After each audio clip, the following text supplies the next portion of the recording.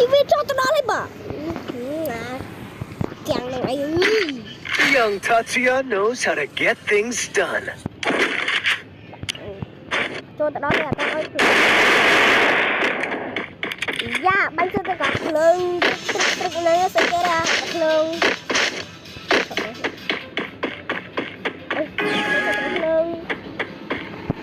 bánh cho tôi thôi ông pram đôi giáo ông pram đôi bánh ông pram đôi dạ ông pram đôi đi xây cho qua mà đâu vậy pro thì đạo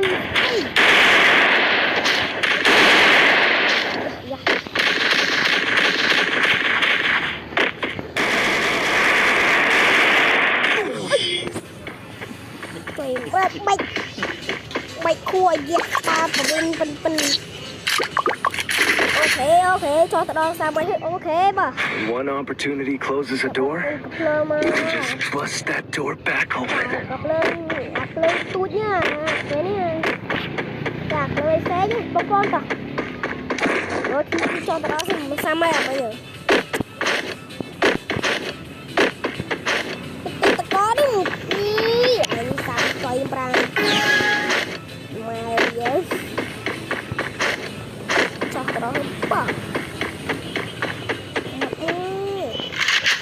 bánh chạc đây ở đây cho nó giọt lên tụi chặt rồi cả xa mấy ba nó trên tầm được rau nó ấy nữa nu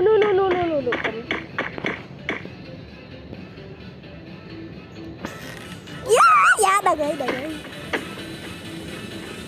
rồi máy tôi lên các bạn đấm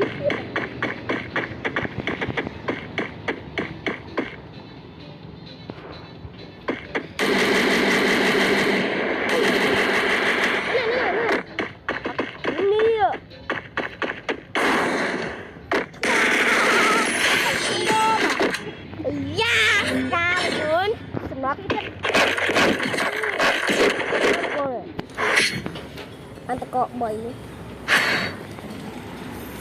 ska lục tục chật dạ nó sẽ lục chật yếu dạ mà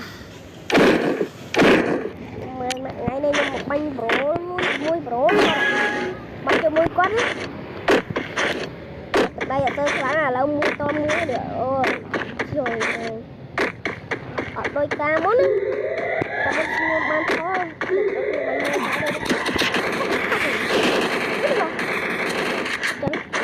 tay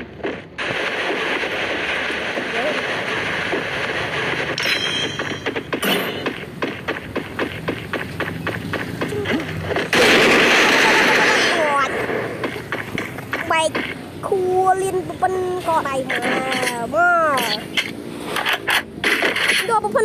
do phân bro TV bro mà One opportunity closes a door, you can just bust that door back open. những phlang tích đây những mốc mà to nhưng đây là mốc này đây là mốc tôm đấy to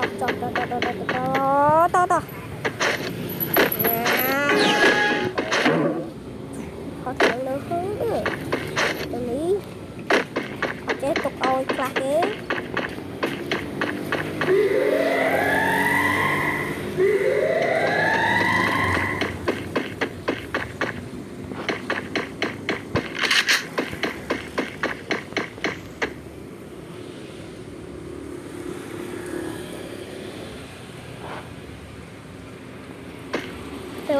từ ấy dạ trong khơi con tay còn khơi nhôm tiền wow nhưng mà ai còn mơ tê còn sai nhôm đi chụp con đang ngay đó nó lại con sai lướt đúng rồi lướt thì mới nhưng mà lướt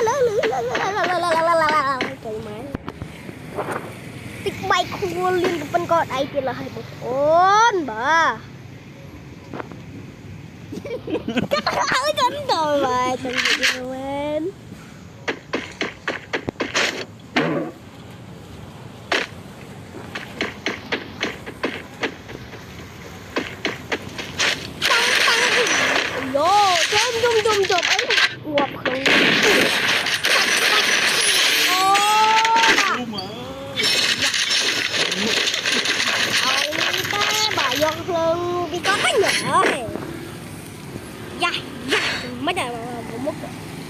anh ơi có một cái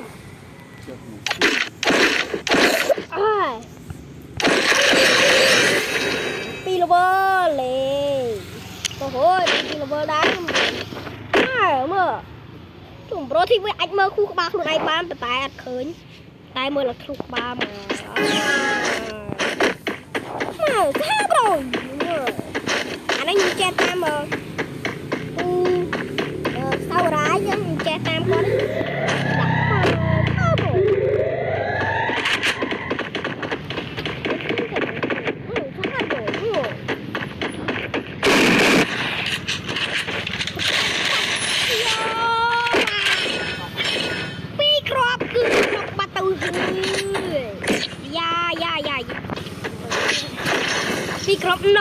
That's what happens when you meet the business end of my fist.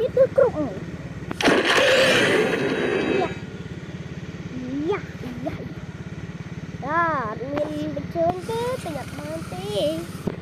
Chọc bạch rồi, chọc bạch ngon, chọc bạch. Chọc rồi, chọc lại tụi mời.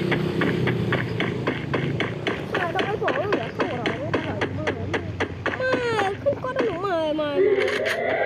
Con tập con lạnh.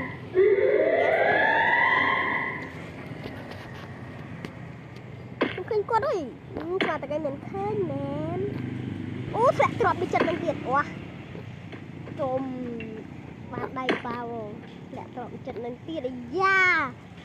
Ấy da. Sẽ trọt ấy nè. Mất trời. Làm mất trời.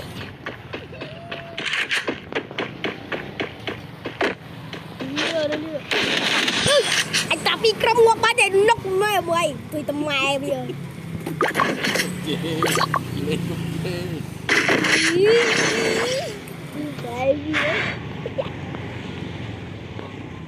con đang thắt chân không cho em trai bọn cái gì máu bây giờ đi ông thành tích